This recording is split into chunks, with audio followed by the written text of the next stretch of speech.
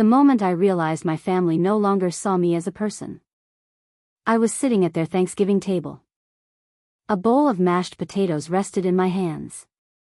Laughter filled the room. Conversations bounced from one side of the table to the other. Everyone seemed happy. Everyone seemed connected. Everyone. Except me. Not a single person looked in my direction. Not one. I sat there listening to stories, jokes, and memories. None of them included me. Then something happened. Something small. But it changed everything. I quietly stood up. I put on my coat. I picked up my purse. And I walked out the front door. Nobody stopped me. Nobody asked where I was going. Nobody even noticed I had left. What they didn't know was that I wasn't simply leaving Thanksgiving dinner. I was leaving their lives forever. And before the night was over, I would discover a secret my own children had been hiding from me. A secret involving my home. My future. And a plan that had been unfolding behind my back for months. But to understand how it happened, I need to take you back. Back to the day everything began to change.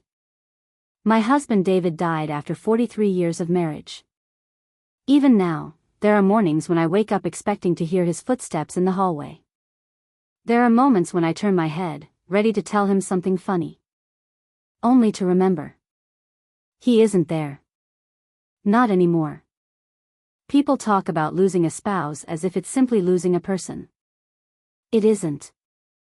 It's losing your witness. The one person who saw every version of you. The young version. The struggling version. The successful version.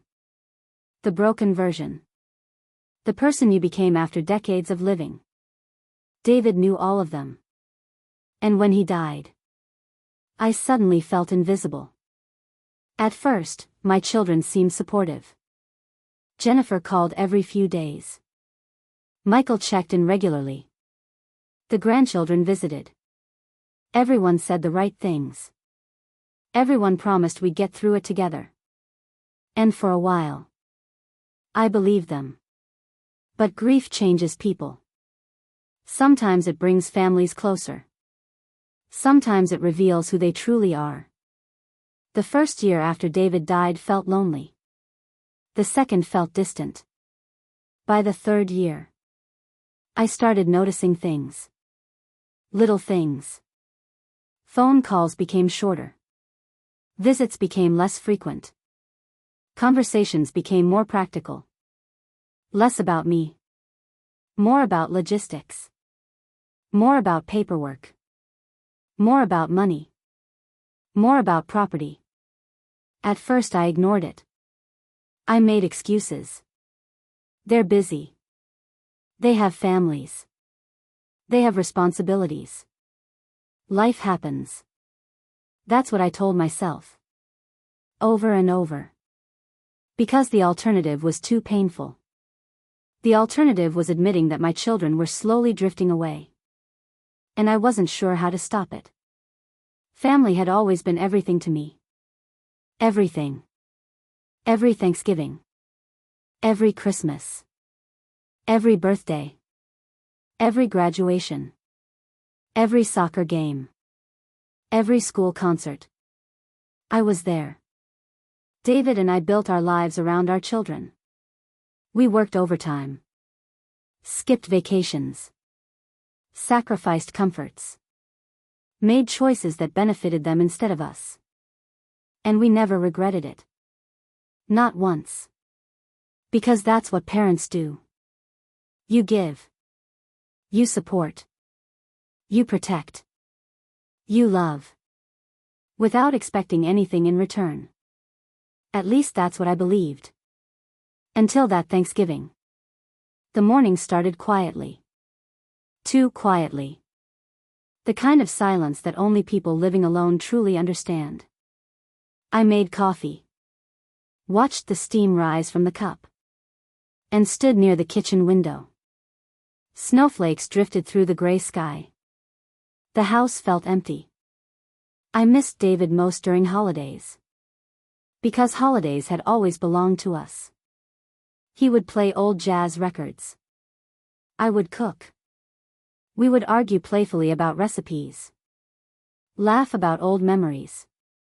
And somehow the house always felt alive. Now. It felt like a museum. Filled with memories. But missing the person who made them. Still, I wanted the day to be special. So I followed our traditions. The same traditions we had followed for decades. I prepared casseroles. Homemade cranberry sauce. Pumpkin pie. And David's favorite mashed potatoes. The recipe card still carried his handwriting. Every year I touched it. Every year it felt like he was somehow still helping me cook. When everything was ready, I packed the dishes carefully into my SUV. Enough food for a large family gathering. Even though nobody had asked me to bring anything. Because that's what mothers do. We keep showing up. Even when we're no longer expected. Around noon, Jennifer called. The conversation lasted less than 2 minutes. Hi, Mom. Hi, sweetheart. Just making sure you're still coming. Of course. Okay, see you later. And then she hung up. That was it. No warmth. No excitement. No how are you? No can't wait to see you. Just a reminder. Like checking an item off a list. I stared at my phone after the call ended. And suddenly I remembered how things used to be. Years ago she would call 3 or 4 times while preparing dinner. Asking questions. Laughing. Sharing stories. Now. I felt like an obligation. Something scheduled between errands. I pushed the thought away. I didn't want negativity ruining the holiday. But deep inside, something felt wrong. The drive to Jennifer's house gave me too much time to think. The older you get, the harder it becomes to ignore patterns. And certain patterns had become impossible to miss.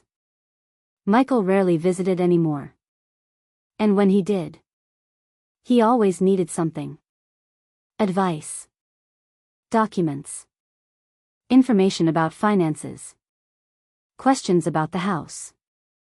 Questions about investments. Questions about legal matters. Never questions about me. Never questions about how I was coping. Never questions about loneliness. Just business. Always business. I kept telling myself I was imagining it. But some truths become impossible to avoid. And that day, those truths were waiting for me. When I finally pulled into Jennifer's driveway, cars filled the property. The house glowed with holiday lights. Laughter drifted through the windows. For a moment, hope returned. Maybe today would be different. Maybe we'd share stories about David. Maybe we'd feel like a family again. Maybe I had been worrying for nothing. I grabbed the first casserole dish and walked toward the front door. Then something strange happened. Nobody opened it. Nobody greeted me. Nobody seemed to know I had arrived. Through the window I could see everyone inside. Talking. Laughing. Celebrating. And somehow, despite being invited, I already felt like an outsider. I opened the door myself. The sound of conversation rushed toward me. The house was crowded. Warm. Alive. Yet somehow, I felt completely alone. Hello, I called. A few people glanced up. Then immediately returned to their conversations. No hugs. No smiles. No excitement. Just polite acknowledgement. Jennifer eventually appeared from the kitchen. Oh, hi, Mom. She kissed my cheek quickly. The kind of kiss that felt automatic. Not affectionate. Automatic. Need help? Before I could answer, she was already walking away. We're running behind. And she disappeared, leaving me standing there, holding a casserole dish, feeling like a delivery driver. I carried the food into the kitchen myself, placed everything on the counter. Nobody commented. Nobody asked what I brought. Nobody thanked me. The food simply disappeared among everything else, just like I did. And for the first time that day, a painful realization entered my mind. Maybe I wasn't imagining things. Maybe I really had become invisible. Dinner was announced an hour later. Everyone moved toward the dining room. I followed, expecting nothing unusual. Then I saw the table, and my heart sank. Every chair was occupied. Every place carefully arranged. Every guest accounted for. Except me. My seat was gone. For nearly 20 years I had sat beside David. After he passed away, Jennifer continued saving that place for me. It became a tradition. A symbol. A reminder that I still belonged. But not this year. This year someone else sat there. Laughing. Smiling. Enjoying a seat that once represented decades of family history. I stood frozen. Then Jennifer pointed toward a folding table near the kitchen. We set up extra seating over there. Over there. Not with the family. Not at the main table. Over there. With the children. And a neighbor. Far enough away to hear everyone. Far enough away not to belong. I sat down quietly. Nobody protested. Nobody offered their seat. Nobody even seemed to notice. And as conversations filled the room, I finally understood something. The empty seat wasn't the problem. The empty seat was a message. A message nobody had bothered to say out loud. You don't belong here anymore. That was the moment everything changed. That was the moment I began paying attention. And before the night ended, I would overhear a conversation that would make me question everything I thought I knew about my own children. End of part 1.